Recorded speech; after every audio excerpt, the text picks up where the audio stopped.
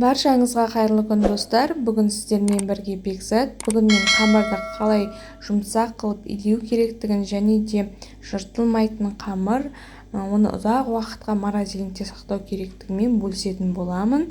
Ол үшін видеоны соңына дейін қараңыздар. Мінекей жылы суымызға тұзымызды салып, оны таза ыдысымызға құйып, ұнымызды осылай сеткіден өткізіп, оған бір жұмыртқа қосып, қасықтың көмегімен араластыра отыра, одан кейін қолдың көмегімен жақсылап қамыр илейтін боламыз. Қамырымыз қатты болмауы керек және де мықты жұмсақ болмауы керек. Орташа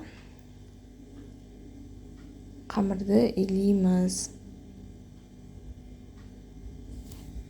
Енді мінекей столдың үстіне қойып, қолдың күшімен қамырымызды бастырамыз. Одан кейін 5-10 минутқа қамырымызды демалдырып қоямыз.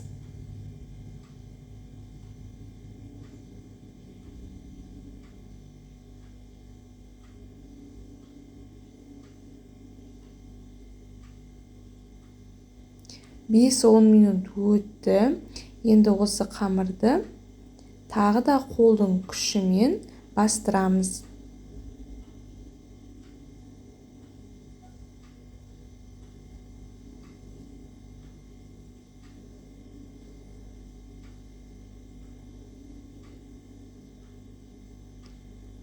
Мінекей қолдың күшімен бастырып болдым. Енді тағы да бір 5 минутқа қойып қойдым.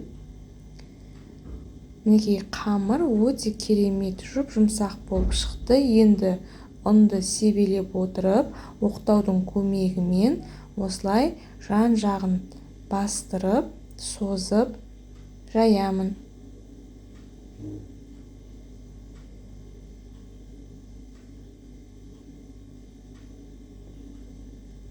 Мінекей тегіс болып, дөңгелек болып жайылу үшін осылай шеттерін соза отыра, барлық жерін қолдың күшін салып осылай жазамын. Ең әуелде қамыр кішкентай болған кезде шамалап күш кетеді.